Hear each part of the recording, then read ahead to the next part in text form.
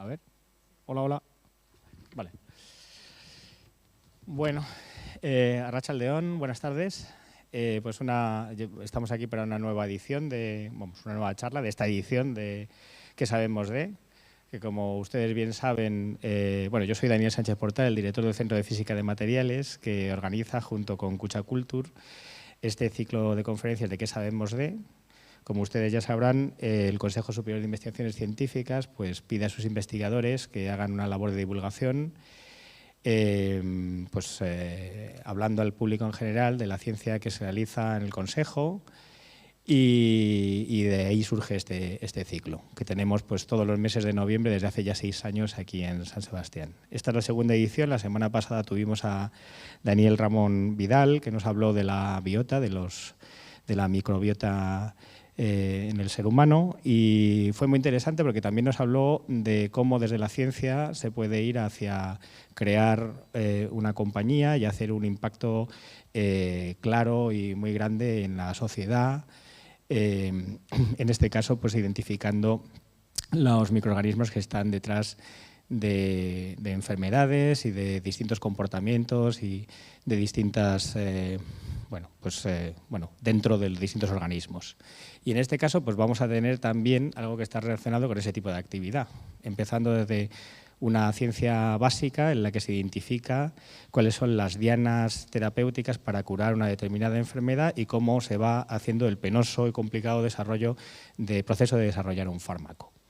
Y esto pues nos lo van a explicar Nuria Campillo y Carmen Fernández, que son pues, grandes científicas trabajando en este campo y además grandes divulgadoras. Y nos van a hablar pues, de la carrera de obstáculos que representa el producir un medicamento.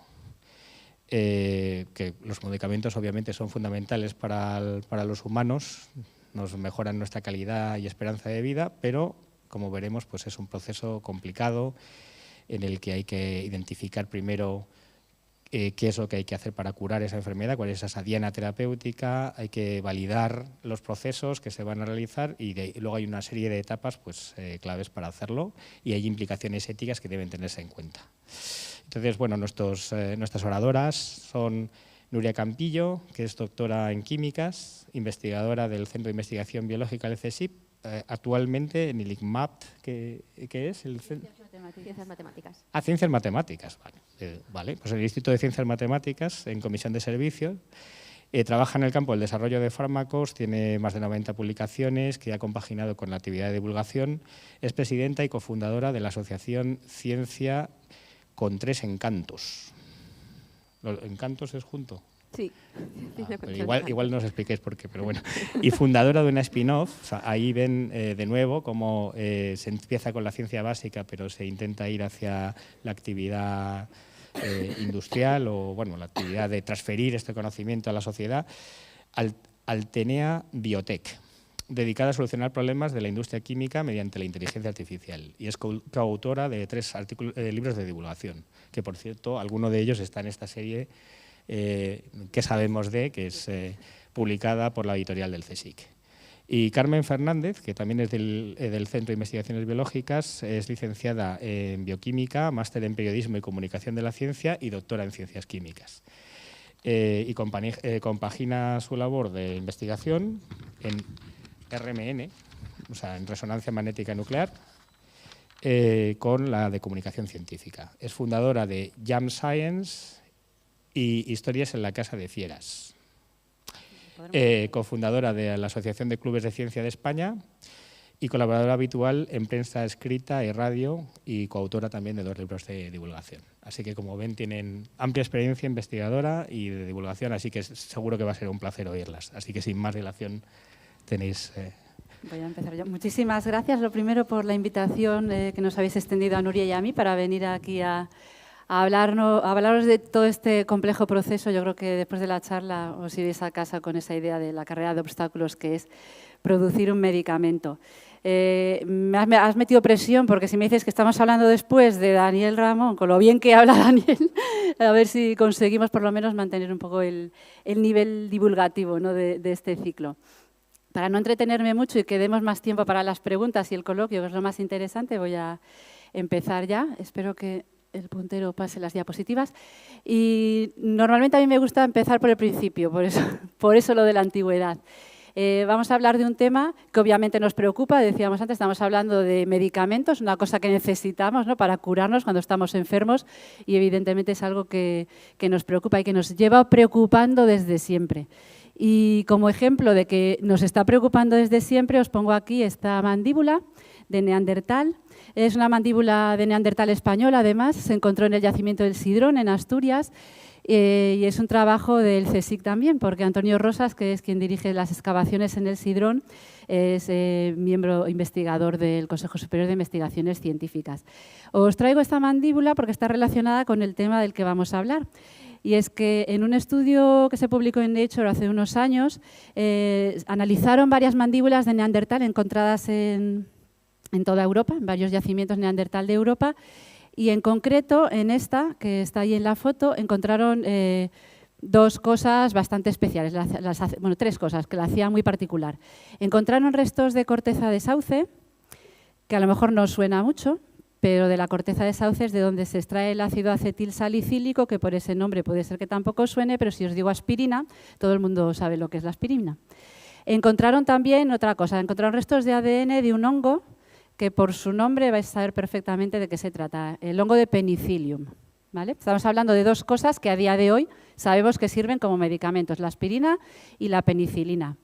¿Qué diferenciaba esta mandíbula de todas las demás? Aparte de que se encontraron esos restos que en el resto no había, es que esta mandíbula en concreto tenía una lesión en la boca, ese Neandertal tenía una lesión en la boca, un absceso, que le había provocado mucho dolor.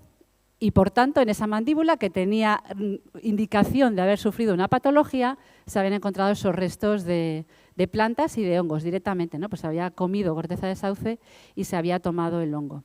Lo que nos está hablando de que ya en aquella época, hace 49.000 años y probablemente mucho antes, porque esto es un proceso de ensayo y error que venimos trayendo, ¿no?, hacia el presente, ya sabían que había cosas en la naturaleza a las que podían recurrir para curarse, y es lo que hacían. Nos podemos venir un poquito más al presente, pero tampoco hasta el día de hoy. Y os pongo este otro ejemplo, una pena que nos tapa ahí el cuadradito este en negro.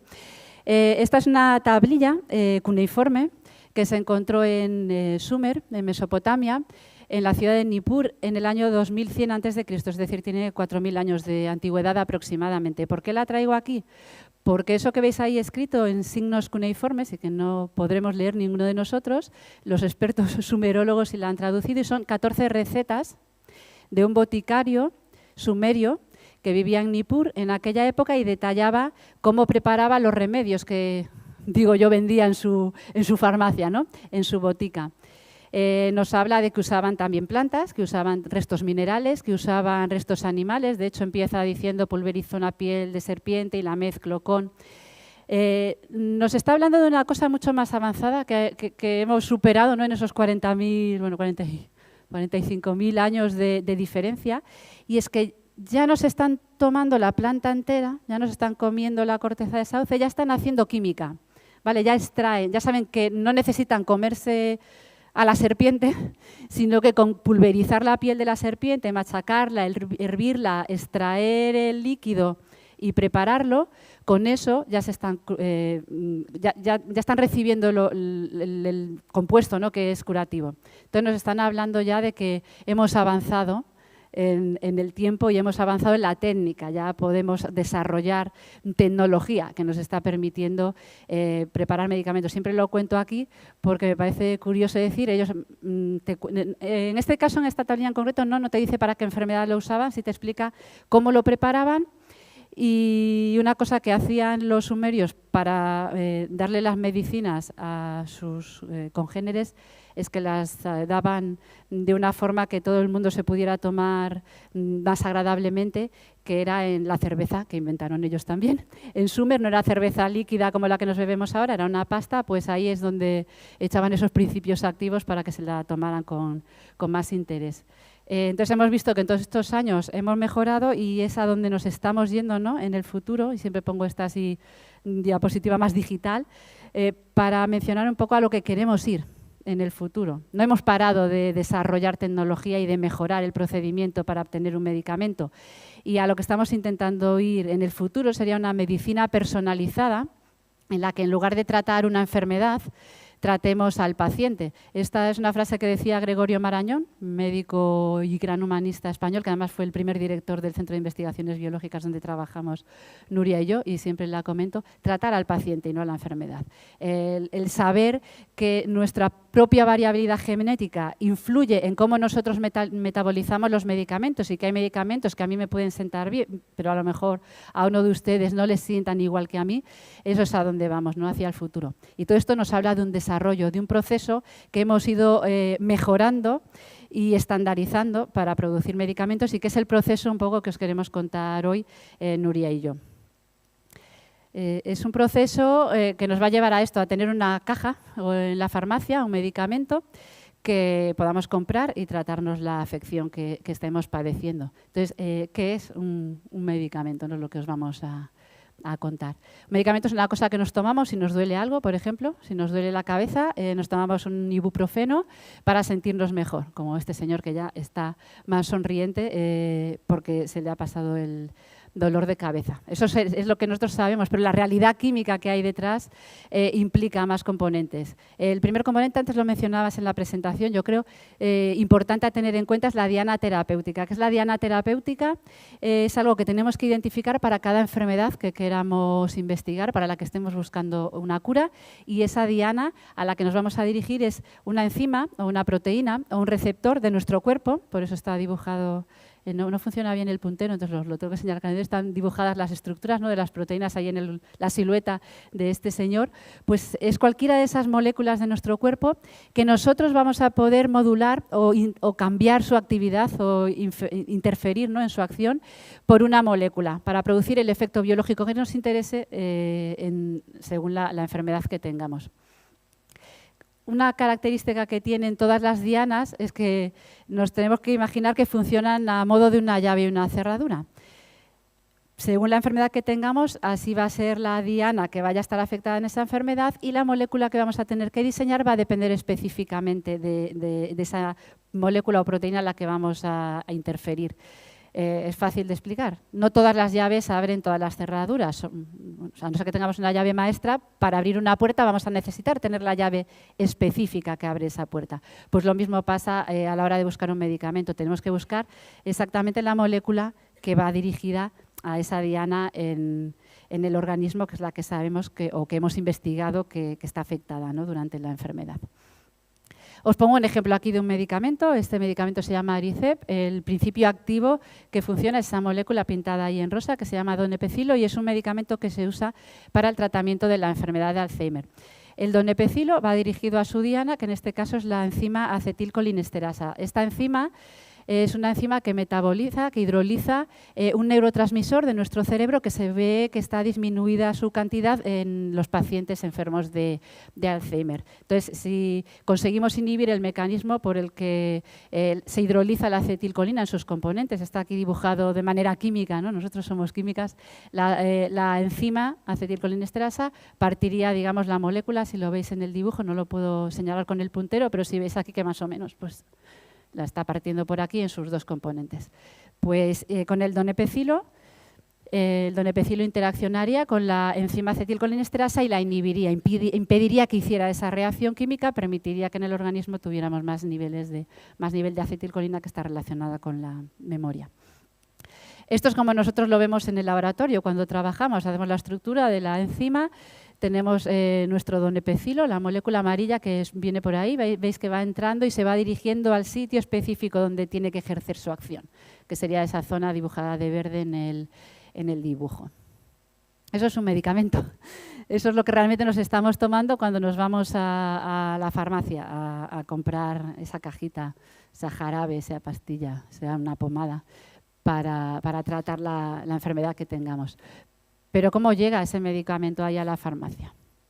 Pues llega por un camino tortuoso. Nosotros lo representamos, ¿no?, con esta ciudad que tiene carreteras que vuelven a llevarte al sitio de partida y demás. Es un proceso tortuoso, es un proceso difícil que implica numerosas etapas en el camino. Es una carrera de obstáculos, ¿no?, como poníamos en el título y decía antes en la presentación. Aquí a lo mejor lo veis un poco más fácilmente. Nosotros lo dibujamos siempre como un embudo. Es un proceso que requiere mucho tiempo, lo tenéis aquí representado en este eje a la izquierda. Puede ser un total a lo mejor entre 10, 12 años, el proceso completo, 15 años, dependiendo del medicamento que estemos buscando. Y es un proceso muy caro, tiene mucho coste económico, lo veis representado a la derecha. Si sumáis, pues podemos decir que en un promedio poner un medicamento en la farmacia cuesta entre 1.200 y 1.500 millones de euros. Es un proceso difícil, partimos de muchísimas moléculas, esas posibles moléculas que interaccionarían con la diana terapéutica, y conforme vamos avanzando en cada una de las etapas se nos van quedando moléculas en el camino para al final, con suerte, si hemos sido exitosos en todo el procedimiento, llegar a tener una pastilla que se pueda vender en la farmacia. Lo representamos aquí, ¿no? Muy difícil y demasiados fármacos caídos en el camino, que decía antes, en esas etapas que vamos a ir pasando. ¿Por qué podemos tener problemas con la producción del medicamento? Pues relacionándolo con esto de diana terapéutica que venimos hablando antes, el dardo que va a dar en la diana, nuestra molécula, nuestro medicamento que queremos que llegue a esa diana terapéutica, pues a veces es bueno, pero no logra atravesar las barreras que nuestro cuerpo le impone. Pues imaginaos que es un medicamento para tratamiento de alguna enfermedad neurológica, decíamos antes el Alzheimer, por ejemplo. Nuestro cerebro se encuentra protegido por la barrera hematoencefálica, que precisamente lo que hace es intentar impedir que moléculas que puedan dañarlo entren. Con lo cual, un medicamento que vaya a tener que ir dirigido al cerebro tiene que ser primero capaz de atravesar esa barrera. Pues a lo mejor tenemos una molécula muy buena que parece muy eficiente aislada en el tubo de ensayo, pero a la hora de la verdad, al intentar atravesar esa barrera, no lo puede hacer. O a veces nos hemos equivocado. A veces hemos escogido una diana y no es la diana correcta, no es la mejor diana para la enfermedad que estamos buscando, y ahí podemos tener también un fallo que nos hace volver atrás en el proceso y seguir investigando y trabajando. O a veces tenemos un compuesto que parece funcionar bien, pero no puede usarse como fármaco, porque a lo mejor es tóxico, entonces ya no nos lo podemos tomar nosotros, seres humanos, para curarnos nada. Entonces, eso pues son posibles trabas que podemos encontrarnos, ¿no?, en el proceso simplemente del descubrimiento de la entidad molecular. Pero hay muchas otras razones por las que se puede caer un fármaco. Pues porque no tenga buenas propiedades farmacocinéticas, porque sea tóxico, porque no sea eficaz o pierda la eficacia, o por otros motivos variados que, bueno, un poco iremos tocando a pinceladas en la charla, pero lo podemos discutir después en el coloquio. De esta manera, con todo esto que os he ido diciendo hasta aquí, lo de buscar un medicamento lo podéis asimilar a lo de buscar una aguja en un pajar, ¿vale? Es un proceso muy difícil, le dice el señor, lo encontré, sí, pero has tardado. Pues son pocos segundos comparados con los 15 años de producir un medicamento, pero un poco haceros esta idea de las dificultades. Para contaros cómo es el proceso, le voy a pasar el mando, en este caso iba a decir el micro, pero el micro no se lo paso, el mando a Nuria, y va a continuar ella explicándoos el procedimiento. Bueno, el desarrollo tradicional lleva muchas etapas. Como podéis ver aquí, desde que tenemos la necesidad, como por ejemplo ha pasado ahora con la COVID, hasta que ponemos el fármaco en la farmacia, vemos que tenemos, fijaros, todas estas etapas, ¿no? Encontramos, identificamos esa diana terapéutica que nos ha dicho Carmen, identificación de prototipo, etcétera, ¿no? Pero además de este desarrollo tradicional, hay otras estrategias, que es lo que conocemos como reposicionamiento de fármaco. Este reposicionamiento de fármaco es como un reciclaje. Vemos arriba que nos saltamos unas etapas. Es decir, imaginaros el reciclaje, por ejemplo, la ropa, ¿no? Pongo el ejemplo siempre, yo era pequeña y utilizaba una chaqueta muy bonita, yo iba súper mona con mi chaqueta roja, y esa chaqueta roja después la utilizó mi hermano y después la ha utilizado mi sobrino. Es utilizar medicamentos que ya los utilizamos para una enfermedad, ¿vale? Medicamentos que conocemos, pues utilizarlos para otras enfermedades, sí, digo bien, otras enfermedades nuevas, ¿vale? Entonces, por eso es reciclaje. Con ese reposicionamiento de medicamentos nos vamos a ahorrar mucho dinero y acortamos tiempos, porque daros cuenta que lo que hacemos es quitar etapas, ¿de acuerdo? Entonces, lo que vamos a hacer es intentar acortar tiempos y ahorrar dinero y etapas, porque si os acordáis de las etapas que nos ha dicho Carmen en ese túnel, pues al final nos estamos gastando muchos años y mucho dinero, ¿vale? Entonces tenemos el desarrollo tradicional, que es el que vamos a ver hoy, y el reposicionamiento de fármacos. Vale, pues vamos a por él. Lo primero es la identificación de la diana, de esa diana que está funcionando mal, que está involucrada, ¿vale?, de alguna manera en la enfermedad. Por ejemplo, vamos a ver este caso, tenemos una piel sana y un melanoma. Muy bien, ¿qué hacemos? Cogemos una muestra de las dos, de la piel sana y de la piel con ese cáncer. ¿Para qué? Bueno, para ver qué proteína es la que es la responsable de ese cáncer. Entonces, como podemos ver aquí, me acerco, ¿vale? Vemos aquí, entonces cogemos las dos y lo que vemos ahí es que hay una proteína que está sobreexpresada. En ese cáncer, en esa muestra de melanoma, hay una proteína que está sobreexpresada. Por decirlo de alguna forma, está actuando o está trabajando al doble, ¿vale?, de su capacidad. Es una forma un poco burda de decirlo, pero sería así, ¿vale? Muy bien, lo veis ahí que está mucho más gordita que aquí, ¿vale? Pues entonces lo que se hace es, muy bien, identifico ya esa proteína, la aíslo esa proteína, la purifico, ¿vale? Una vez que la tengo purificada, la tengo ya aislada, entonces ya puedo ahora trabajar con esa proteína. Una vez que ya la tengo aislada, purificada, ahora ya puedo trabajar para identificar.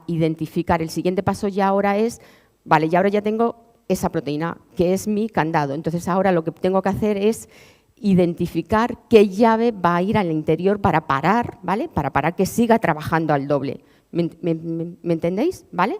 ¿Sí? Pues esa es una de las formas, por ejemplo, que tengo para identificar esa diana que está funcionando mal. Otras formas, por ejemplo, son modelos animales, que se llaman, por ejemplo, ratones knockout. Lo que hacemos es, o lo que hacen, es modificar genes, se les quita determinados genes para ver cómo funcionan esos ratones. Y entonces se trabaja, se les modifica el gen el gen específico para ver cómo ese ratón se comporta. ¿Sí? Y entonces así se sabe si ese gen es el que provoca la enfermedad. Y así se va trabajando, se va estudiando la enfermedad. Entonces hay diferentes formas de identificar las dianas que van a ser las responsables de las diferentes enfermedades. Una vez que tenemos identificadas las dianas terapéuticas, una proteína, un receptor, el siguiente paso es identificar el prototipo, identificar la molécula pequeña, la llave, que son los que modulan esas proteínas. ¿De acuerdo? ¿Y cómo buscamos esos prototipos? ¿Cómo buscamos esa llave que va a modular la diana terapéutica? Pues hay diferentes fuentes, ¿no? Uno de ellos son productos naturales. Desde los orígenes del ser humano, como nos ha mostrado antes Carmen, es una de las fuentes, son los productos naturales. Bien, por ejemplo, pues de origen,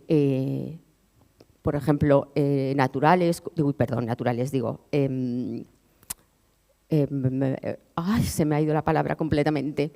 animales, como por ejemplo hay uno que es la epibatidina, que viene de una rana.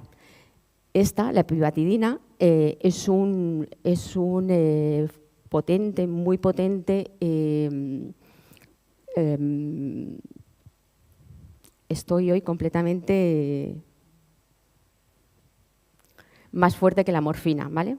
Lo que pasa que es muy tóxico. Entonces, lo que están haciendo ahora es optimizarlo para eliminar esa toxicidad, pero es mucho más fuerte que la morfina. Por ejemplo, el Yondelis, que es un tonicado y se utiliza para diferentes tipos de cánceres y está ya en el mercado, está siendo comercializado por una empresa española, de hecho está en Madrid, Farmamar, por ejemplo, ¿no? O bien, como por ejemplo también la morfina, es decir, que de los productos naturales es una fuente inagotable de prototipos, ¿vale? Otra forma de obtener diferentes moléculas pequeñas es por serendipia. Lo que pasa que tienes que estar ahí para darte cuenta de que has obtenido un resultado importante y seguir obteniendo y estudiando ese resultado, ¿no? El cribado de alto rendimiento se utiliza sobre todo en las empresas farmacéuticas. Nosotros en los grupos de investigación no, porque bueno, es muy caro, pero con esto son robots donde te permiten estudiar miles, cientos de miles de compuestos en muy poco tiempo, y es a nivel enzimático. Entonces, en muy poco tiempo puedes identificar compuestos que son activos en proteínas determinadas. Pero, como os digo, eso se hace a nivel de empresas. Y luego, herramientas computacionales. Y entonces lo estudiamos con técnicas online, ¿vale? Con técnicas, con software, que es lo que ahora vamos a ver un poquito más en detalle, ya que esto un poquito más es mi campo de investigación. Y esto, como les decía, estas técnicas computacionales, ¿qué hacemos? Pues daros cuenta que tenemos grandes quimiotecas de compuestos. Cuando digo quimiotecas son bases de datos, ¿no? Con miles y cientos de compuestos, pues es como el famoso, ¿no? ¿Dónde está Wall-E? Pues es, vale, ¿cómo puedo encontrar el mejor compuesto con la mejor actividad?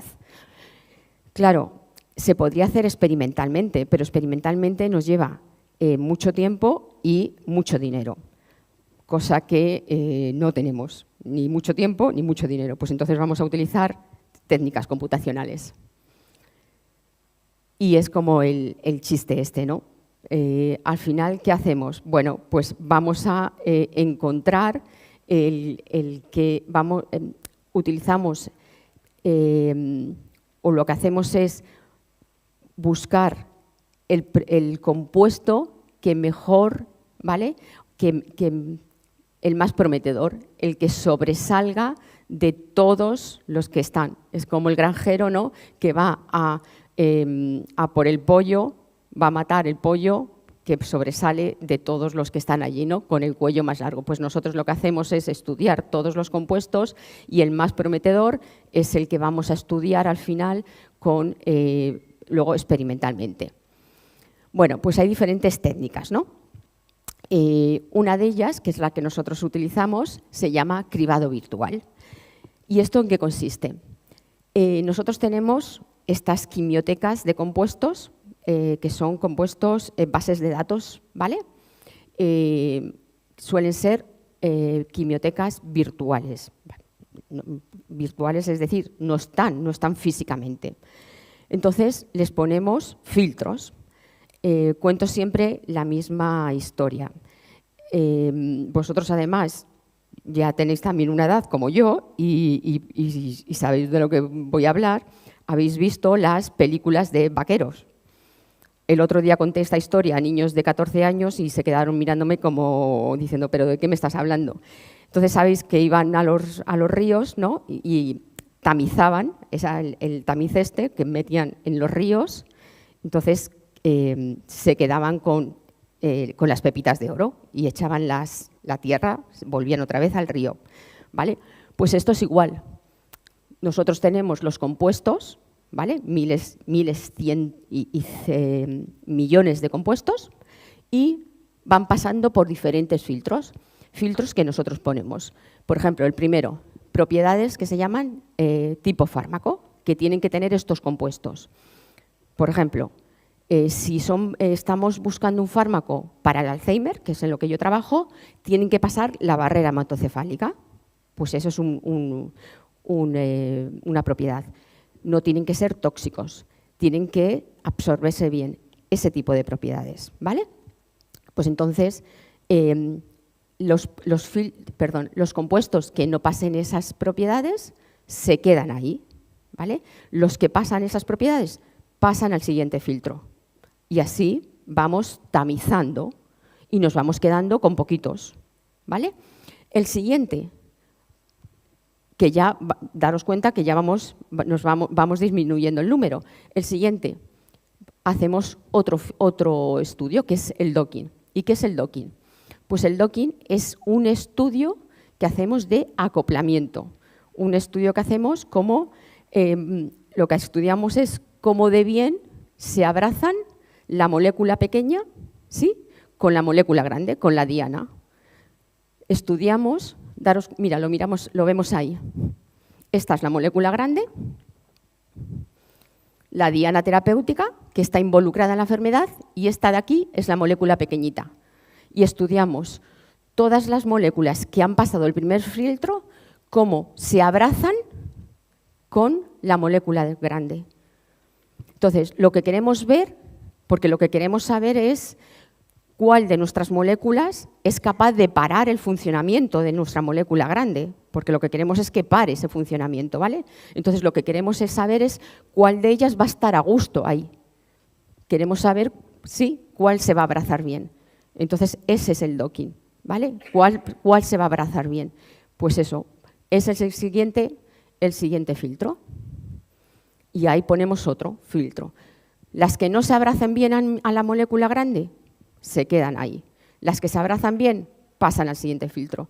Al final nos quedamos con muy poquitas moléculas y solamente estudiamos ya experimentalmente un número muy pequeño de todas esas. ¿Me entendéis? ¿Sí? Y entonces, al final, de miles de moléculas que teníamos ahí, al final nos quedamos a lo mejor con 100 moléculas y esas ya sí pasamos a los ensayos biológicos, ensayos experimentales en el laboratorio. Nos hemos ahorrado mucho tiempo y mucho dinero, ¿vale? Entonces, todo esto se hace en el ordenador, ¿vale? Por ejemplo, otra herramienta que se está utilizando mucho ahora y que utilizamos es la inteligencia artificial, que lo que intenta imitar es cómo funciona nuestro cerebro, ¿vale? Estos son redes neuronales. Lo que hacemos es que le damos información a estas redes neuronales. Le damos, claro, vivimos en la etapa que hay mucha información, ¿no? Entonces, a esta red neuronal lo que hacemos es darle ya moléculas que ya están, ya se sabe, por ejemplo, que tienen una actividad. Cuando digo una actividad, ¿qué significa? Actividad biológica. Sabemos que son capaces de inhibir, por ejemplo, de parar el funcionamiento de una diana terapéutica, ¿sí?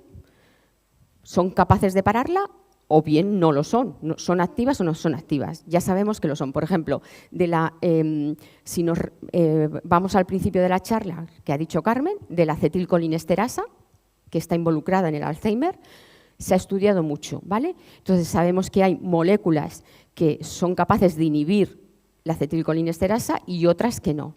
Vale, pues le damos toda esa información a esta red, ¿vale? Muy bien, la red aprende. de forma que cuando nosotros le damos una molécula nueva, la red va a ser capaz después de predecir si con esa molécula va a ser activa o no activa. ¿De acuerdo? Entonces, os voy a poner un ejemplo que lo hemos hecho en nuestro laboratorio con una diana terapéutica que está involucrada en el Alzheimer. Se llama beta-secretasa. Nosotros le dimos 215 estructuras, ¿vale? 215 moléculas pequeñas que algunas inhibían a esta diana terapéutica, la beta-secretasa, y otras no, ¿vale? Muy bien. Aprendieron, la red neuronal aprendió con estas 215 moléculas. Entonces, cuando nosotros le damos una nueva molécula, pues era capaz de decir si esta nueva molécula iba a inhibir la beta-secretasa o no, ¿de acuerdo? Y nos predecía el valor de actividad. Muy bien, así nosotros conseguimos un modelo que era bueno, ¿vale? Que era robusto, después de un entrenamiento importante, ¿vale? Probar diferentes formas de entrenamiento, diferentes algoritmos, con un proceso de entrenamiento de diferentes redes neuronales. ¿De acuerdo? Que no os voy a enrollar con esto. Vale, muy bien. Pasamos una quimioteca con diferentes moléculas. Entonces, con estas diferentes moléculas lo que hicimos fue, la pasamos por nuestros modelos y nuestro modelo nos dice, muy bien, las más prometedoras son estas 10 moléculas. Genial. Lo que hacemos son sintetizarlas en el laboratorio. Las sintetizamos en el laboratorio y las ensayamos, ¿vale? Ya in vitro, ya las probamos con nuestra enzima, las probamos en el laboratorio. Y estas las tenemos aquí. Estas son las moléculas. Y esto que tenemos aquí es el valor experimental, ¿vale? Y estas caritas son las que son activas. Es decir, que de 1, 2, 3, 10 que hay, 5 nos dieron muy buenos resultados, ¿vale? Os dais cuenta que al final lo que hemos obtenido han sido 5 moléculas muy buenas. No hemos tenido que estudiar todas. ¿Os dais cuenta? De 10, 5 hemos obtenido muy buenas y esas ya nos sirven para seguir profundizando. Porque de la otra manera lo teníamos que haber empezado a hacer un poco de forma irracional y empezar a sintetizar sin ton ni son. Y así ahora ya tenemos 5 moléculas que empezaremos ahora a probar ya en animales y de una forma mucho más racional, ¿vale? Bueno, pues de aquí ahora lo que hacemos ya es las siguientes etapas. Online, es decir, programa con redes, utilizando herramientas computacionales, síntesis y ensayos biológicos, ¿de acuerdo? Después, ¿qué nos toca? Después lo que nos toca es probarlo en modelos animales. Una vez que lo hemos hecho, vemos que es activo in vitro, es decir, estas moléculas son activas a nivel enzimático, nos vamos ya a los modelos en animales. Tenemos que tener un modelo de la enfermedad, en nuestro caso, por ejemplo, es en Alzheimer, ¿vale? Y entonces para probar que esas moléculas son activas en esos modelos. Pues, por ejemplo, uno de los modelos que tenemos es un modelo de ratón donde les cuesta aprender. El modelo están modificados genéticamente, estos ratones, y entonces les cuesta aprender. El experimento que se les hace es en una piscina. Y es una piscina grande. Los ratones normales se les pone en un ladito, rápidamente, la piscina, claro, con agua, rápidamente encuentran la plataforma y ya está. Y ellos van nadando pi, pi, pi, pi, pi, y encuentran su plataforma y se ponen a salvo. El ratón mutado o el ratón modificado empieza a dar vueltas, vueltas y vueltas, vueltas y son casi incapaces de encontrar esa plataforma para ponerse a salvo. Entonces, lo que se ve es que cuando le damos el tratamiento con los compuestos, son capaces de aprender, mientras que el ratón modificado no es capaz de aprender, por más que tú le vuelvas a poner al segundo día, al tercer día, no aprende y da vueltas y vueltas y vueltas porque no aprende. Cuando el ratón modificado con nuestros compuestos le das el tratamiento, va aprendiendo. Entonces, bueno, parece que los compuestos lo que están haciendo es que sí que hacen que estén aprendiendo y que la memoria está mejorando. Entonces, bueno, pues ahí por eso hay que, hay primero que es algo, primero tienes que probar en el laboratorio enzimáticamente y después el modelo animal. Cuando tienes el modelo animal, tienes luego que además probarlo en el que no sean tóxicos, ¿no? Que luego serían los siguientes pasos que nos va. ¿Sigo? Vale, pasos. Ensayo clínico. Vale. Cuando hablamos ya, vemos ya que funciona a nivel de modelos animales, lo que tenemos que estudiar luego ya son los ensayos preclínicos o hacer los ensayos preclínicos, que se hace en dos especies animales. Normalmente es en perro y en rata o en ratón. ¿Y qué tratamos de hacer aquí? Lo que tratamos de hacer es caracterizar completamente el comportamiento del fármaco. Es decir, estudiamos el efecto del fármaco sobre nuestro organismo, ¿sí? Pero además estudiamos el efecto que hace nuestro organismo sobre el fármaco. ¿Por qué? Porque cuando nos tomamos el fármaco, lo que pasa es que nuestro organismo también lo hidroliza, por ejemplo, o lo metaboliza. Entonces, claro, esos metabolitos, ¿vale? El fármaco se va a romper, como hemos visto, por ejemplo, al principio con el neurotransmisor, se rompe, por ejemplo, en trocitos, ¿vale? Tenemos que tener claro que esos trocitos no son tóxicos o que esos trocitos son también eficaces, ¿sí? Tenemos que saber todo del fármaco. Tenemos que tenerlo completamente caracterizado, todo lo que pasa dentro de nuestro organismo. Si es tóxico, si no es tóxico, si es eficaz. Tenemos que tenerlo todo claro. Entonces, por eso hay que estudiarlo en dos especies animales. El estudio farmacodinámico y el estudio farmacocinético. ¿De acuerdo? Una vez que estudiamos esto, todo se pone en un dossier y ya se pasa a la agencia reguladora correspondiente, a la FDA en Estados Unidos, a la EMA aquí, y nos darán el visto bueno para pasarlo ya a fases clínicas. Y los ensayos clínicos son 3 etapas. La primera, con voluntarios sanos, donde se estudia la toxicidad, la seguridad y la dosis.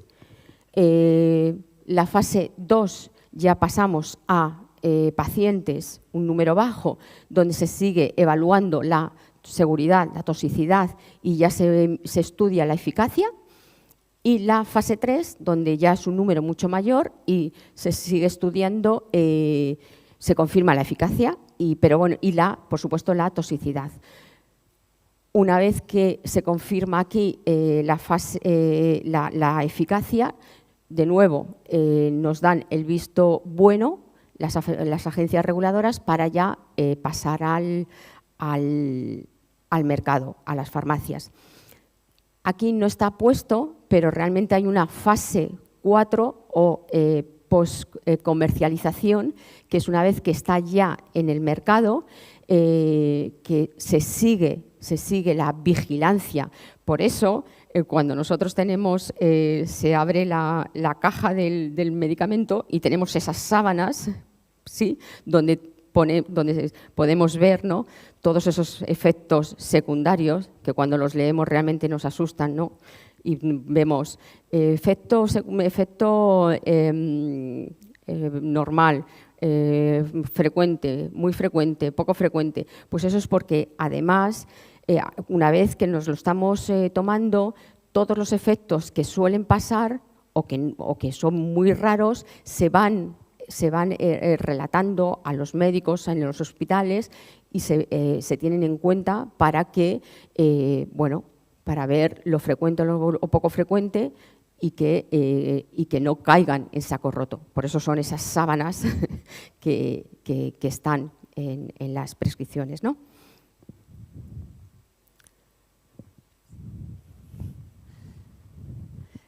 Bueno, ¿está encendido ya? Sí.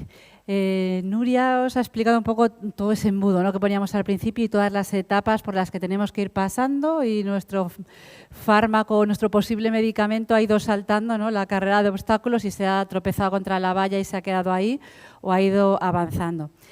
Os ponía yo al comienzo de todo y os decía que era un proceso muy largo, el que va pasando desde que identificamos la necesidad médica, la diana terapéutica, el prototipo, hacemos la síntesis, evaluamos, optimizamos el candidato, hacemos los ensayos preclínicos y demás. Pasan muchos años y nos gastamos mucho dinero.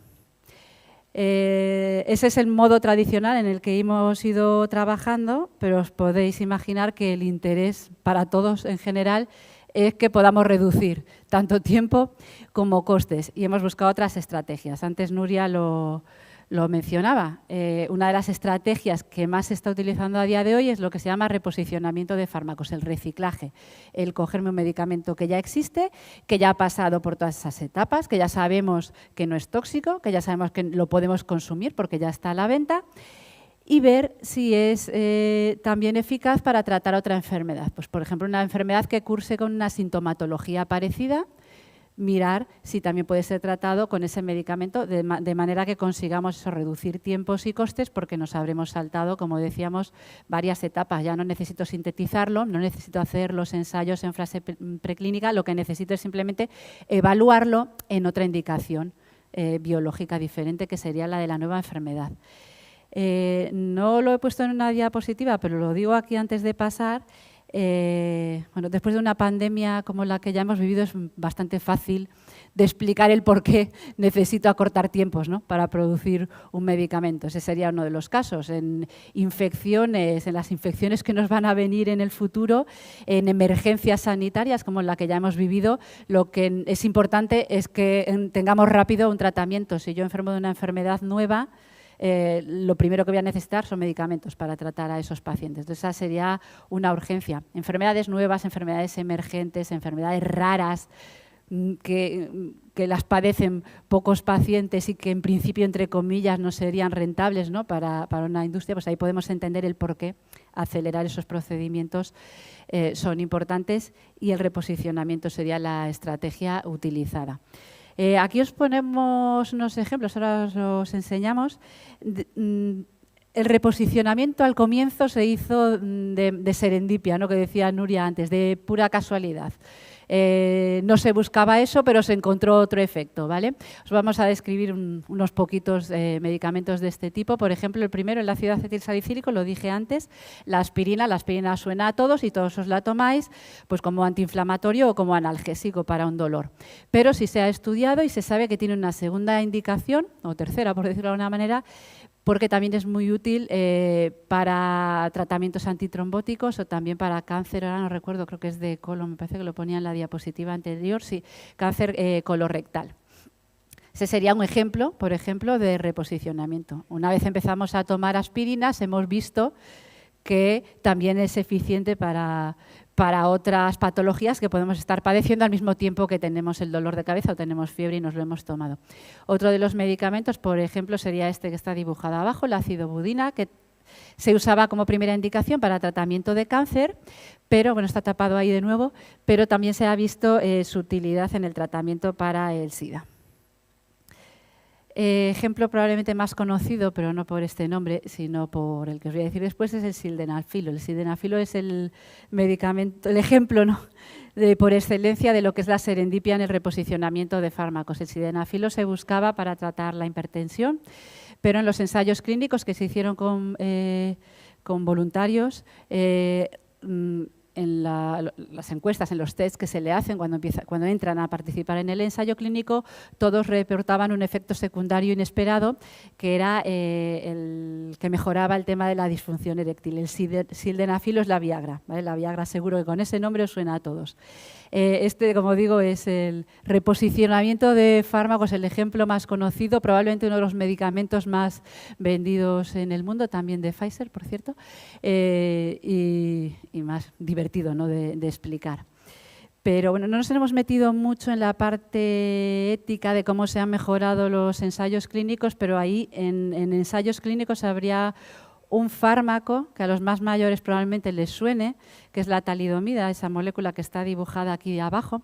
La talidomida se empezó a administrar en los años 50, 60, como tratamiento para, se le había visto en los primeros ensayos que se hicieron, que era de mucha utilidad para tratar las náuseas y problemas de sueño. Entonces, en aquella época no había un procedimiento, digamos, tan estandarizado como tenemos a día de hoy. De hecho, el problema causado por la talidomida fue el que estandarizó y hizo más rigurosos todos esos ensayos antes de empezar a hacer ensayos clínicos.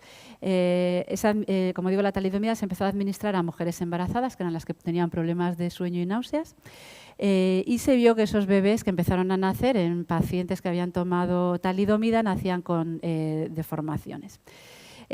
Cuando se empezó a estudiar, o sea, cuando se identificó que la razón de esas deformaciones venía de que habían tomado este fármaco, se empezó a estudiar y bueno, lo que se vio es que no habían estudiado lo que decía Nuria antes, no habían caracterizado bien las estructuras de las moléculas y no se habían asegurado de que los posibles productos causaran problemas o no. La talidomida es una molécula que es quiral, no lo he dibujado ahí, entonces es más difícil de ver. Tiene dos formas que nos las podemos imaginar como nuestras manos. Nuestras manos parecen iguales, pero no lo son. Son imágenes especulares, pero no las podemos superponer una encima de la otra. Se ponen así, en un espejo, ¿no?, como si nosotros nos miramos al espejo. La talidomida le pasa lo mismo y una de las formas, una de las manos, era la que tenía los efectos que mejoraban las náuseas y era el sedante, y la otra forma era la que causaba problemas teratogénicos. Los ensayos que en aquel momento no se hacían era, si se hacen, tenían que haber caracterizado las dos formas en las que coexistía la talidomida y haber identificado que una de ellas era tóxica y la otra no, para no administrarla en la mezcla. Como digo, este es un caso paradigmático, pero la talidomida tiene una nueva vida. ¿Vale? La talidomida, un fármaco, digamos, con esa leyenda negra, ahora mismo es uno de los pocos tratamientos para una forma de lepra en concreto, creo que es la eritomatosis leprosa, ahora me parece que se llama así, pero bueno, pues se descubrió también de casualidad. Lo descubrió un médico que trabajaba en un hospital y tenía un paciente que padecía esta forma de lepra, un paciente que ya estaba en unas condiciones de la enfermedad muy, muy avanzadas, y que tenía unas llagas enormes y tenía muchísimos problemas para dormir. El médico había probado todos los tratamientos que tenían a mano para que el paciente al menos pudiera descansar. Ninguno funcionaba y yo siempre me imagino que se debió encontrar ahí al fondo del cajón, en un armario en el hospital, un poco de talidomida que se había quedado ahí de la época en que todavía se administraba. Y claro, la talidomida era un buen sedante. Entonces digo, este señor ya está desahuciado, no tengo otra cosa que darle, y le administro talidomida. Y no solo el paciente consiguió dormir mejor, sino que empezaron a ver que las llagas se curaban. Claro, no es la serendipia que decía antes Nuria, hay que estar ahí, observar y si ves algo, seguir investigando. Entonces después ya se estandarizaron procedimientos y efectivamente la talidomida funciona muy bien para curar las llagas de esos pacientes y se está utilizando como tratamiento en esos casos en paralelo administrándolo con un anticonceptivo, porque sabemos que causa los otros problemas. Entonces, hay un paciente, porque además no lo tiene que tomar la mujer, da igual si lo toma la mujer o el hombre, causaría los mismos problemas teratogénicos. Entonces, bueno, pues es un medicamento pues, que tiene una nueva vida y que ha mejorado un poco, ¿no?, la imagen que tenía. Estos son ejemplos de obtención, ¿no?, de medicamentos de casualidad que se observaron por serendipia, pero ahora hemos estandarizado el procedimiento como poníamos antes. No nos podemos ir sin explicar el caso de la pandemia, ya para finalizar las dos últimas diapositivas. Como decía, el reposicionamiento de fármacos es importante cuando tenemos una urgencia y una emergencia. Por lo tanto, cuando tuvimos la aparición de este nuevo virus, el SARS-CoV-2, lo primero que se hizo fue buscar en medicamentos que ya conocíamos, antivirales que ya existían, e intentar ver si eran de utilidad para los pacientes de coronavirus. Aquí en España yo creo que un 70 y pico %, no recordará los números exactamente, en abril de 2020 lo buscamos específicamente, de todos los ensayos que se estaban haciendo de búsquedas de fármacos para tratamiento de la COVID-19, un 70 y pico % eran ensayos de reposicionamiento, era tomar medicamentos que ya existían o antivirales que ya existían para ver si eran efectivos. Pero esto se hizo en todos los países y sí que, por comentaros, los dos ensayos, digamos, más grandes que se hicieron fue el que lanzó la OMS, Solidarity, y el que lanzó la Universidad de Oxford, Recovery. Ahí estudiaron, puestos los compuestos más conocidos de los que se ensayaron, pero ensayaron una buena batería de compuestos a nivel internacional dentro de los dos ensayos, buscando posibles tratamientos. Hay que decir que en realidad los que se usaron ahí en esos momentos en concreto no demostraron ser muy eficaces para la enfermedad, aunque algunos sí se aprobó con autorización de emergencia, porque el beneficio, aunque fuera mínimo, superaba al riesgo, que en este caso es la enfermedad, sintomatología grave, pero a día de hoy ya tenemos muchos más fármacos aprobados frente al coronavirus, y os resalto uno de los más conocidos, que también lo sacó Pfizer, que es el Paxlovid. Recomendada en casos muy concretos, no se utiliza por lo general, pues por ejemplo, este está recomendado para adultos que no requieren oxígeno suplementario y que tienen más riesgo de que la enfermedad se vuelva grave. Pero como digo, ya a día de hoy hay muchos más. Solo vamos a poner de ejemplo, después en el coloquio, si queréis preguntar algo más, lo que son medicamentos, o sea, tratamientos cuando ya tengo la enfermedad, no las vacunas, que en teoría sería una búsqueda de un tratamiento preventivo. Un poco toda esta idea del reposicionamiento sería eso, acortar el camino complejo que os poníamos al principio, esa ciudad tortuosa con esa carretera tortuosa, procedimiento largo y caro, buscar estrategias que nos permitan acortarlos e ir de forma más directa y rápida a la búsqueda del medicamento que podamos ir después a la farmacia a comprar. Y con esto concluimos la presentación. Ahí ponemos los dos libros de la colección que decía antes Daniel. Cómo se fabrica un medicamento, que fue el primero que escribimos Nuria y yo, y el segundo que sacamos junto con nuestra compañera Mercedes, que se llama Nuevos usos para viejos medicamentos, y precisamente hablamos de esa segunda parte, el hermano mayor, ¿no?, el procedimiento de reposicionamiento de fármacos para acelerar todos estos procesos. Y con esto abrimos el turno de preguntas, y aquí estamos Nuria y yo para responder todas las dudas que os puedan haber surgido o curiosidades que no hayamos comentado, pero tengáis sobre este proceso.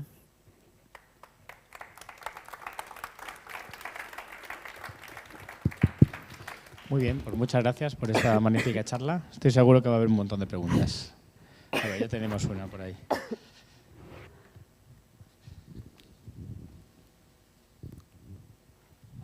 Vale, gracias. Vale, se me oye, ¿verdad? Sí. No, a ver, habéis hablado sobre el tema de todo medicamento tiene también unos efectos secundarios. Entonces, bueno, supongo que no será algo muy concreto, pero ¿hasta dónde, no? Te quiero decir, o sea, este medicamento evita que se me hinche la cabeza, pero a la vez produce esto y esto. ¿Hasta dónde está el rango, no? O sea, entre lo bueno que está haciendo el medicamento, pero lo que no tan bueno me está produciendo o puede producir. ¿Dónde está el rango? ¿Dónde se dice hasta aquí sí, pero hasta aquí ya no? O sea, se me hace difícil. No sé si hay un punto estricto. Yo te diría, así pensándolo, que estaría en la frecuencia, ¿no?, del efecto adverso. Si es de 1 entre 10, de a 10 que le administro, a uno le va bien, a los otros no, es decir, es la frecuencia, el efecto adverso, por eso nos los ponen en un ranking, digamos, 1 de cada 100, 1 de cada 100.000, 1 de cada 10.000. Si me lo preguntas, por ejemplo, relacionado con la pandemia, es un poco lo que te decía antes, beneficio-riesgo. Hay mucho más riesgo de padecer la enfermedad grave y en un momento de emergencia lo que tienes que corregir es ahí. Entonces, bueno, habría unos baremos que las agencias reguladoras son las que establecen el punto en el que se retira del mercado o no. O sea, no hay una cosa, digamos, es una cosa muy drástica, evidentemente se retira inmediatamente del mercado y todos habréis oído alguna vez en las noticias algún medicamento que estaba a la venta y se ha retirado por diversas circunstancias y sería eso. En los ensayos clínicos, si os habéis fijado en los números que ponía antes Nuria, el número de pacientes no es una cosa muy elevada. La fase 3 es un máximo a lo mejor de 5.000 pacientes. Yo os decía al comienzo de todo que nuestra propia variabilidad genética influye en cómo vamos a metabolizar y en qué efectos secundarios vamos a tener o no. Y el paciente voluntario que participa en un ensayo clínico puede estarse tomando una medicación o no puede, a lo mejor no se está tomando nada y puede haber una interferencia entre medicamentos. Eso solo lo vamos a ver cuando ya se pone a la venta y de 5.000 pasó a millones. Por eso se sigue esa etapa de posvigilancia que decía Nuria y se van identificando. Si es un caso entre millones, tienes más beneficio porque tienes más efecto positivo que riesgo, porque es en un nivel muy bajo, pero si es más alto, enseguida se retira del mercado. Entonces, un poco en ese rango sería. No, a mí me surge la duda todavía. A ver, puede haber un medicamento, no sé, puede haber un medicamento, entiendo, que puede no llegar a la farmacia, porque, bueno, llega el último estudio clínico y, bueno, y da un porcentaje tal, pero es que igual ese medicamento a mí o a ella o a él le salva la vida, pero no lo vamos a saber porque no va a llegar a la farmacia. Eso puede ocurrir perfectamente, ¿no? Sí. Me podría pasar. De todas maneras, sí que, por ejemplo, ese es un punto del que tira el reposicionamiento de fármacos también. No solo de medicamentos que ya se están vendiendo en la farmacia, sino que han pasado bastantes fases, pero por el motivo X, a lo mejor es para una enfermedad que ya existe algún tratamiento y estoy buscando una molécula nueva que pueda ser mejor, pero resulta que no, que me he dado cuenta de que no es más eficaz que el que ya existe. Si no es más eficaz que el que ya existe, se para. Pero es una molécula que es relativamente buena y nos ha costado un buen dinero llegar hasta donde está. Entonces está en otra biblioteca, ¿no?, de compuestos y ahí la tenemos y a esas podemos recurrir. Es cierto que muchas se caen y que parece que es un gasto de dinero que hemos perdido, ¿no?, y que se ha quedado ahí, pero es a donde estamos recurriendo. Como un ejemplo, ¿no?, que te digo, en el reposicionamiento. O sea, que esa es una idea, ¿no?, de ir a intentar rescatar, a reciclar todas esas cosas que están ahí. O sea, que en principio se hace, claro, ya depende. Tenemos muchas moléculas y probablemente pocos recursos para probarlas todas en todas las patologías. Pero es un poco la idea de eso, de darle una nueva vida a todo. Vale, gracias. Pues hay otra pregunta aquí. Hola, gracias.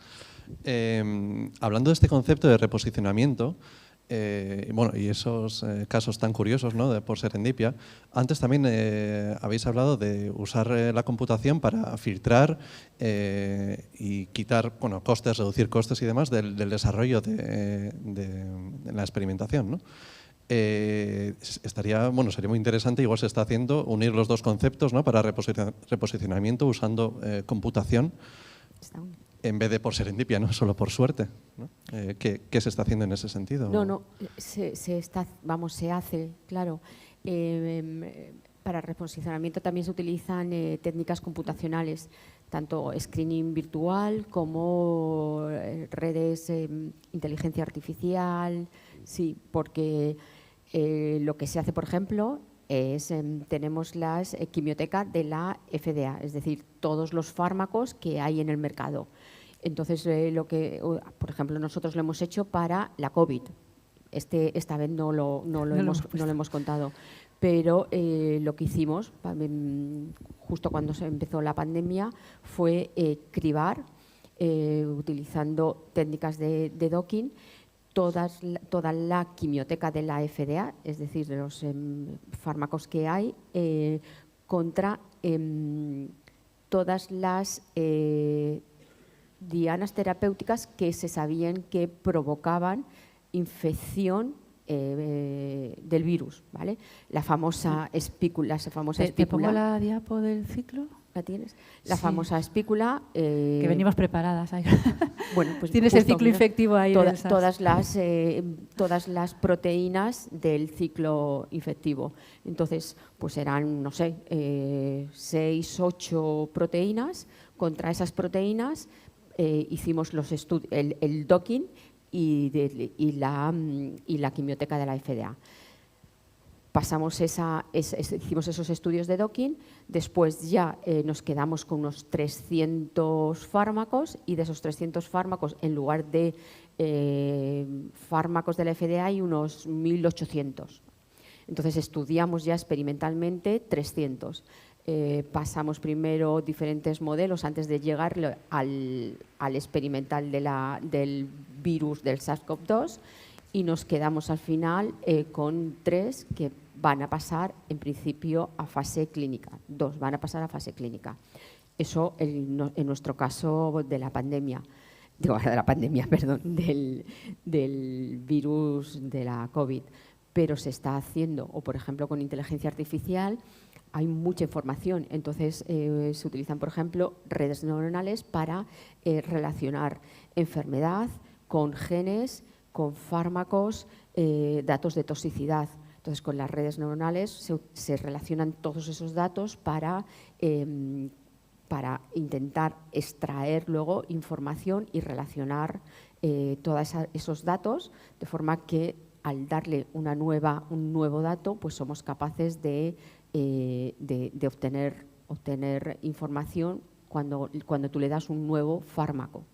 Entonces, sí, claro, se utiliza para justo acortar de nuevo todavía más tiempos y obtener más rápidamente la información. Vale. Tenemos una pregunta aquí y luego en la última fila. Por ejemplo, para usted, antes ha salido ahí una planta de la morfina. ¿Eso para qué es? ¿Para quitar los dolores? Son sedantes. Pero no. ¿Eso ya está en las farmacias? Claro. Quiero decirle, o va compuesto con otro programa, con otro medicamento mezclado. La morfina se utiliza en los hospitales, sí.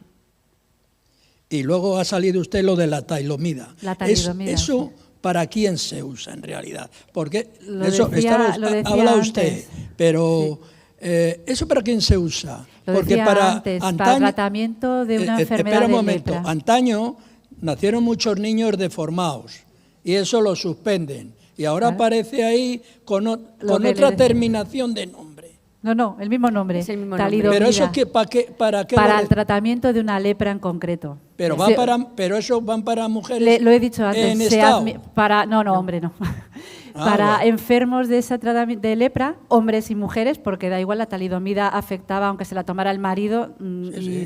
Para hombres y mujeres que tengan esa forma de lepra, pero se administra con un tratamiento anticonceptivo en paralelo para no correr el riesgo de que esas personas se puedan reproducir y venga un bebé.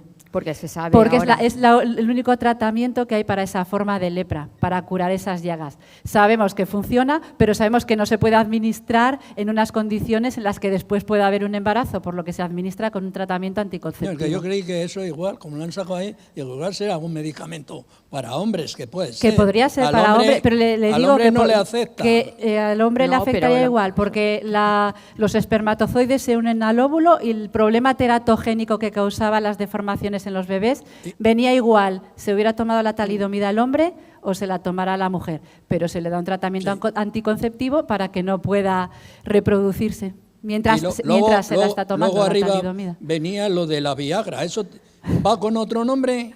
No. Ahí arriba. La Viagra se llama, cuando la compras en la farmacia se llama Viagra, la molécula, el principio activo se llama sildenafilo. Ah, sí, oye, yo no sé, yo como he visto ahí, y digo, igual llevaba otro nombre. Claro, como genérico. Genérico, sí. Viagra es la marca, el nombre comercial que le puso Pfizer. Yo supongo que la patente ya de la Viagra habrá vencido y entonces está el genérico sildenafilo, que es el principio activo. O sea, la Viagra es sildenafilo. Claro. Sí, para tratar, la morfina es para tratamientos de dolores muy Sí, fuertes, muy fuerte. de manera que no hubiera otro sedante que se pudiera utilizar, porque la morfina es un poco tóxica y adictiva también.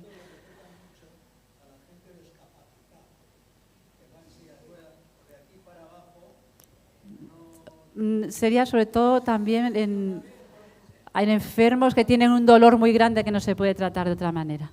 Hola, bueno, una charla estupenda. Yo quería preguntar dos cosas. Una, la interacción entre medicamentos.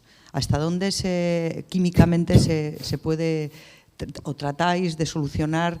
Porque claro, ahora hay muchísima patología de muchos medicamentos de interacción. Y dos, me acuerdo yo, y yo no soy tan mayor, bueno, soy mayor, pero cuando mis padres el famoso Octalidón, y aquí habrá muchísima gente que utilizaba el Octalidón, y hubo unos efectos secundarios impresionantes después. Vale, me gustaría saber si en una técnica de reposicionamiento del principio activo del Octalidón, que no sé cuál es, se tendrían en cuenta una investigación química de si los factores medioambientales han cambiado y que haga que nuestra química de nuestro cuerpo sea diferente a cuando el Octalidón funcionaba. No sé si me he explicado bien. O sea, el nivel por ejemplo, de microplásticos que nosotros ingerimos, el nivel de estrés con el que nosotros funcionamos y trabajamos, no es lo mismo de nuestros padres. Si eso ha influido en la química de nuestro cuerpo para que haya medicamentos, que son pura química también, ¿no? Y vosotras lo sabéis mejor que yo, que hayan podido que el efecto sanador se haya vuelto lo contrario. Si se tiene en cuenta ese tipo de Ahora circunstancias. Mismo, en concreto de ese fármaco que dices, que el Octalidón, yo no sé exactamente qué principio activo era. No sé si eran las famosas, que eran anfetaminas, que se retiraron del mercado. Que se retiraron porque son anfetaminas y como tal son drogas y causaban efectos adictivos muy altos. Se iba a seguir causando efectos adictivos muy altos y no creo que volviera a retomarse como fármaco, a no ser que pasara un caso como el de la talidomida, que se encontrara una enfermedad, pero entonces tendrías que estudiar bien qué dosis das y durante cuánto tiempo para evitar el problema de generación de adicción. Pero no recuerdo si ese medicamento exacto, es que me suena que se llamaba parecido, pero no estoy segura, ¿eh? Tendría que buscar específicamente, ahora con el móvil lo podemos buscar, si el principio activo era si eran anfetaminas, porque ese sí que es un ejemplo que nos sale muchas veces en las charlas. El Octalidón era una droga que tomándola con Coca-Cola Quería preguntar el efecto placebo. Claro, es que probablemente sí eran. y eso, yo trabajaba en una empresa que lo tenía en el Para que trabajarais más, ¿no?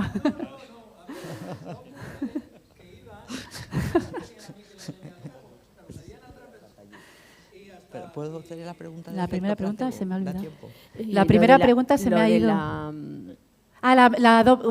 La interacción entre medicamentos. Exacto. Eso decíamos antes, que claro, durante el proceso de los ensayos en general no se estudia las posibles interferencias con otros medicamentos. No. Porque como tienes que ir con todo muy acotado y muy bien estandarizado para que sea estadísticamente representativo, en principio evitarías tener voluntarios o pacientes en los ensayos clínicos que se estuvieran tomando otra medicación. Pero sí es algo que se ve a posteriori, en esa vigilancia a posteriori, que es cuando lo empiezas a administrar, lo que decía antes, lo empiezas a administrar a nivel más general y es donde pues yo a lo mejor me tomo mucho ibuprofeno, tú te tomas otro tratamiento porque tengas una enfermedad crónica y es donde se puede empezar a ver interacciones entre los metabolismos de ambos fármacos. Como decía Nuria, todo esto se reporta a tu médico de cabecera y el médico tiene la obligación de reportarlo o bien a la farmacéutica que sea la que se encarga de comercializar el medicamento cuando está en el tiempo de patente o bien a las agencias. Y de ahí añadirían una línea más en el prospecto o si se ve, pues por ejemplo, que hay una interacción súper grave, yo qué sé, digo el ibuprofeno, que es un poco raro porque es una cosa de uso tan común, pero imaginaos, yo qué sé, con un nuevo medicamento, alguien que tome ibuprofeno y se tome ese nuevo medicamento, pues le puede causar la muerte.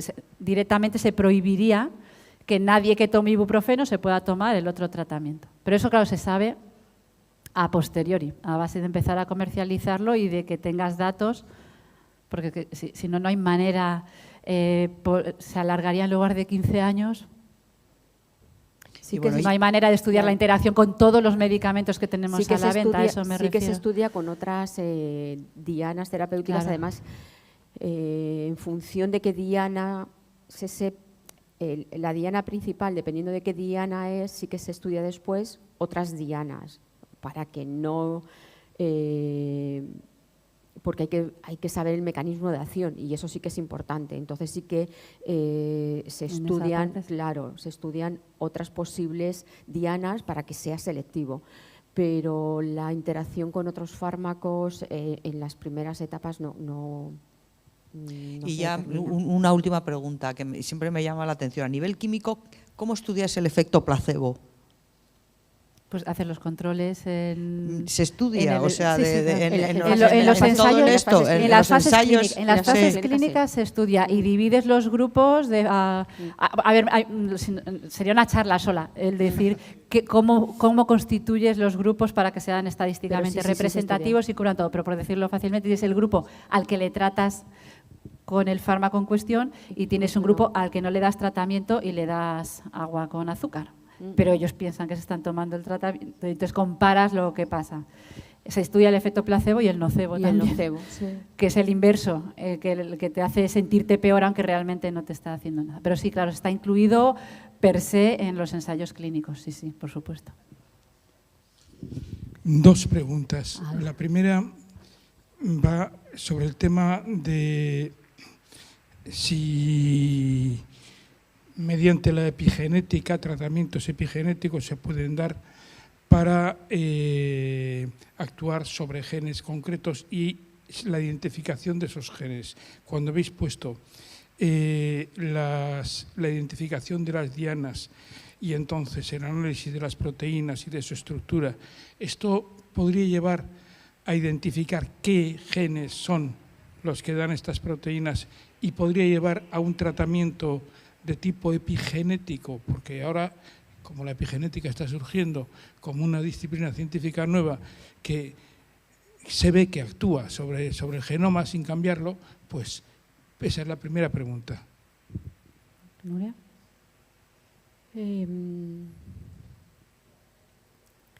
Vamos a ver. Se está trabajando en eso, pero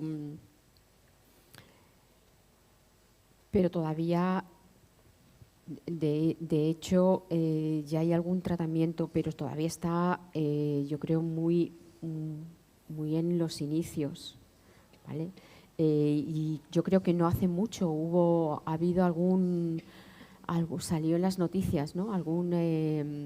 No recuerdo muy bien, salió en las noticias un caso, un tratamiento me parece de una niña, pero yo creo que está todavía un poco en los inicios. El tratamiento cambiando genéticamente. Inactivando genes. Claro, inactivando los genes. Y está, por ejemplo, pues todo lo del...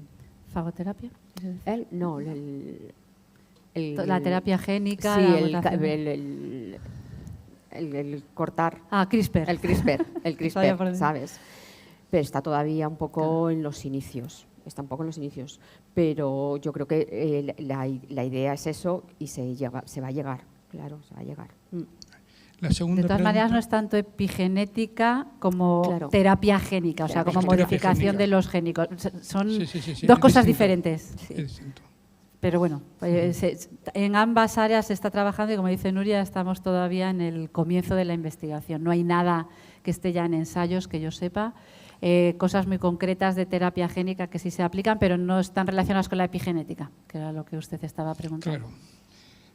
La segunda... No sé si podéis volver a poner la diapositiva en la que aparecen, después de todo el cribado que se ha hecho los 10 medicamentos y con su estructura molecular. Que no sé exactamente cuál es, pero Sí, yo le doy para atrás y cuando la vea me... esa Esta sí, es. sí. Bueno, pues después de todos los estudios y todas las cribados que habéis hecho, habéis llegado a que estas que existían previamente y que eran conocidas No. son... Ah, no. No. Ah, entonces no lo he entendido bien. Claro. Estas moléculas las proponemos nosotros, no existían. Las dibujamos nosotros. Y por eso pongo aquí quimioteca virtual. Nosotros trabajamos en este tipo de moléculas, ¿sí? Pero estas moléculas no existían, entonces nosotros las dibujamos en papel, las dibujamos después en el ordenador con un programa, nosotros trabajamos con este tipo de moléculas, ¿sí? Pero estas no existían, entonces las dibujamos nosotros en el ordenador y las pasamos por nuestro modelo en la red neuronal, ¿sí? ¿Vale? Aquí en esta quimioteca y dibujamos un montón. Y nuestro modelo nos dice que estas son las que son activas, las más prometedoras. Que de todas, que pues aquí habría, pues no sé, 100, 200 moléculas, esas son las más prometedoras, que son las que son activas. Y entonces decimos, muy bien, pues entonces sintetizamos estas 10. Pero no existían, no estaban, eran todas virtuales. Entonces sintetizamos estas 10 y de estas 10, estas 5 son activas. Digo porque las 4 activas de abajo tienen una estructura muy parecida, claro, distinta de las otras. Y entonces me pregunto si la pregunta era, pero ya igual está acá, no vale, si la inteligencia artificial no podría elaborar nuevas estructuras a partir de las que han resultado efectivas en vuestro... Si a partir de de las 4 que han resultado efectivas, que tienen una estructura muy parecida, muy similar. Claro, a partir de aquí podemos empezar a modificarlas, claro. Lo que creo que te dice es si la propia inteligencia artificial te puede diseñar ella las estructuras. Diseño de nuevo, Claro. claro, ¿sí? Pero eso es otra cosa. A partir de aquí me podría, pero sería ya otro tipo de modelo. A partir de aquí, la inteligencia artificial me podría decir, a partir de aquí, ahora yo te diseño algo mucho mejor, pero sería con otro tipo de algoritmo, otro tipo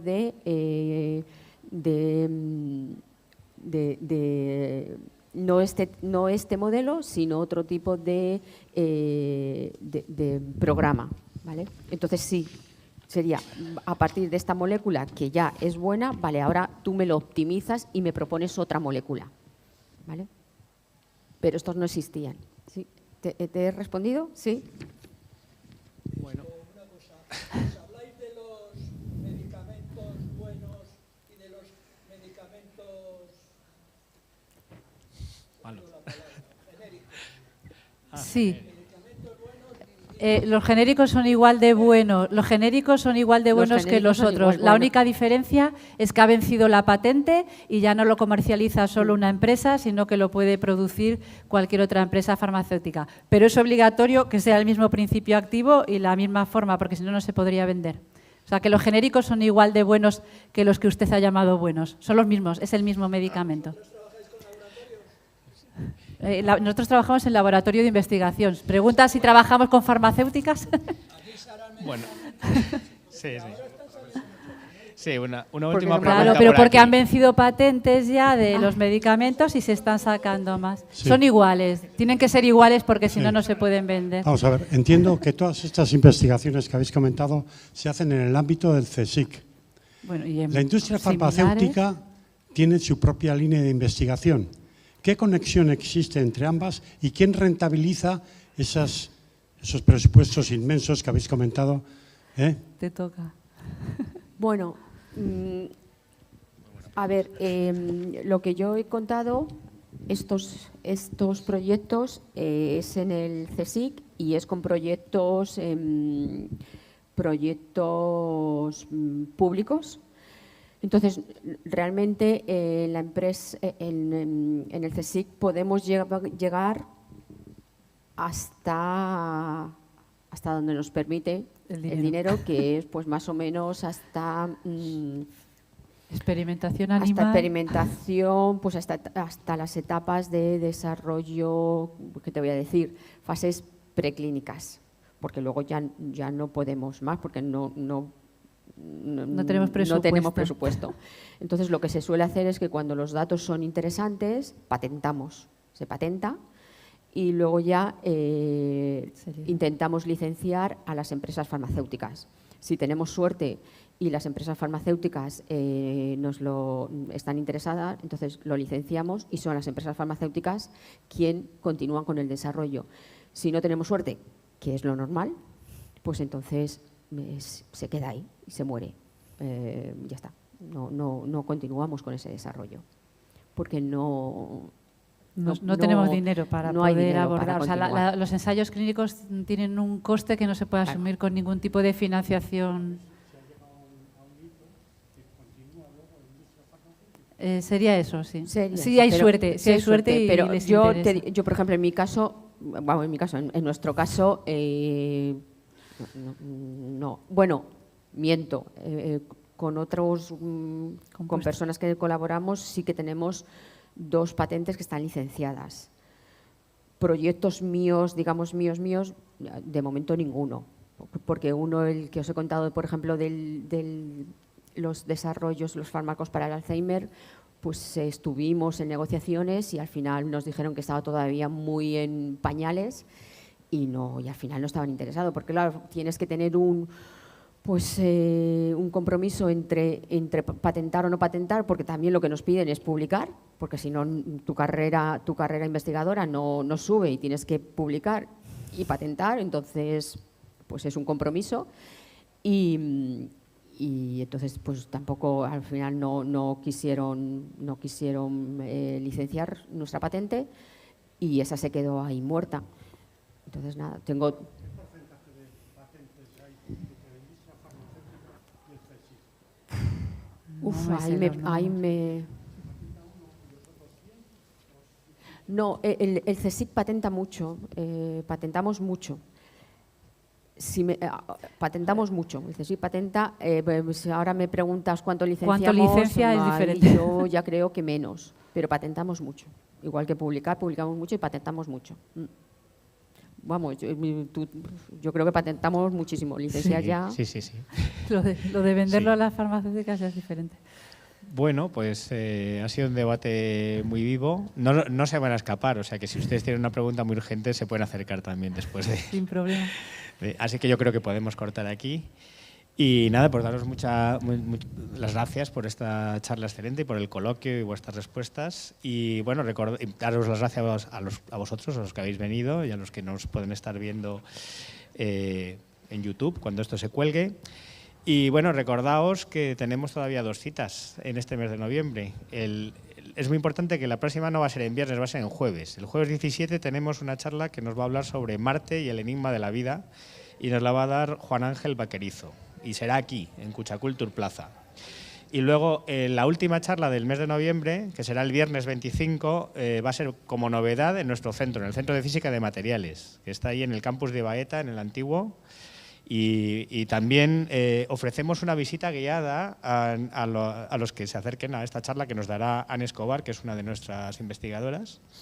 Y es imprescindible apuntarse para poder ir a esta charla. Bueno, no a esta charla, sino a la visita, porque no podemos tener a mucha gente.